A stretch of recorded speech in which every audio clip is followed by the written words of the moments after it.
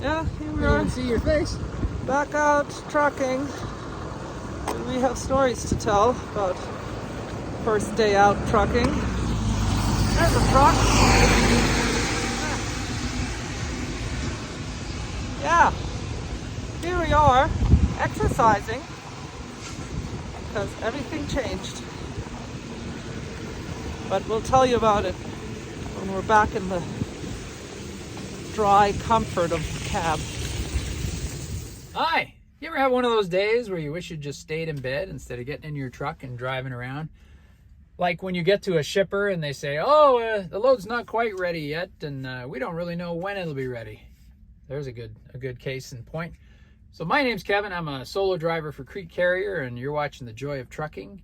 And I want to tell you about the day we should have just stayed in bed. So we come off of some home time, a few days at home, very nice. And we actually had a pre-plan before home time even started.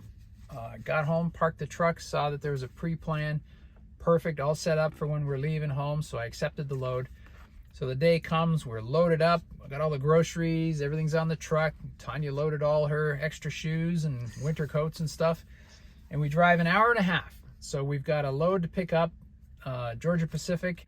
We arrive there, and this is the kind of place where you pull in, there's the gate, you check in, they want your driver's license, the truck number and everything, and then you go around to the trailer inspection. You sweep out the trailer, they check the trailer very carefully, close the doors up again, and then they go look for your bill. And that's when they tell you, oh, that load's not ready. As a matter of fact, they haven't even assigned a trailer to that load. So it could be a long time before that load's ready. And I'm thinking, oh no. This is the second time that it has happened at this particular place, and I've only been there 4 times. So that's a 50% ratio, right? Of not having the load ready when you arrive at a shipper. And this is a drop and hook. It's not even a live load. They should have had that thing loaded long before I got there. So, of course, you send a message, right? You get in touch with the company and let your asset manager know what's happening. Then you wait to see what happens, right? A couple hours later, you're sending a detention alert and you're filling out the detention form, because after 2 hours, you'll start getting detention pay. But by then, you've been there a long time, and it's pouring rain, and it's not a very nice day, so you're pretty much cooped up in the truck. There's no restaurants, there's nowhere to go to get a coffee or have lunch or anything. You're just sitting here waiting for a message. And went back in after a couple hours, and they said, yes, they still haven't assigned a trailer to that load. And I said, well, wouldn't that mean that they haven't even put the load together? Like, this is a paper factory. Maybe they're still making the load. Who knows, right?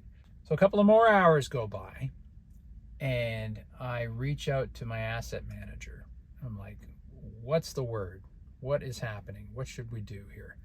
And he said he sent a message to the customer asking for an ETA, when the load would be ready and when I could get out of there and what was going on. And he had no reply. No, they hadn't answered with any information. And it was a Sunday, so I figure, holiday weekend, Sunday, yeah, things are going slow. But he did say, around the 2-hour mark, he said there are no other loads in the area, and that's why we stayed the 4 hours, waiting to see if there was a hope that the load would be ready, or maybe another load would pop up that we could go get. And he said all he could find us was another load about an hour away, but it wouldn't be loading until the next morning. And I said, I think we should take that. There's no sense waiting around here. If they still haven't assigned a trailer, it could be a very long wait. At least the load tomorrow morning is a sure thing, right? He said, yes, let's do that. And you get the detention pay until he takes the load you're on. He'll take it away and assign your next load. And he wasn't going to do that until we had agreed that I was going to take the next load. Otherwise, I'd stop getting detention pay. So after 4.25 hours, so I got 2.25 hours detention pay, he sent me the next load information and I accepted it, and off we went. So we drove another hour, and we were actually able to stay at the customer. So we weren't at a truck stop and then had to drive the next morning and go on duty, for a pickup. We actually got to stay at the place. Again, it was pouring rain, We went out for a walk just to get out of the truck, but we got soaked. Even with raincoats on, we were wet, and wasn't a very nice day. So that first day out, after our wonderful home time, we had like 100 miles and a lot of sitting around and bad weather on top of that. So the lessons, first lesson, because when I said, you know, they said the load's not ready, like right at the beginning, and they'd already inspected the trailer and done all their paperwork, and I said, well, the load's not ready. And I said, well, we might leave. And they said, oh, and you're gonna leave your trailer, right? And I said, no way in hell. Because then if I needed a trailer for my next pickup, I'd have to get it back from you. So they had to issue me a gate pass to get out with the trailer, because they'd already put it in their system. So yeah, don't give up your empty, because you're gonna need it. That's lesson 1. Lesson 2, patience.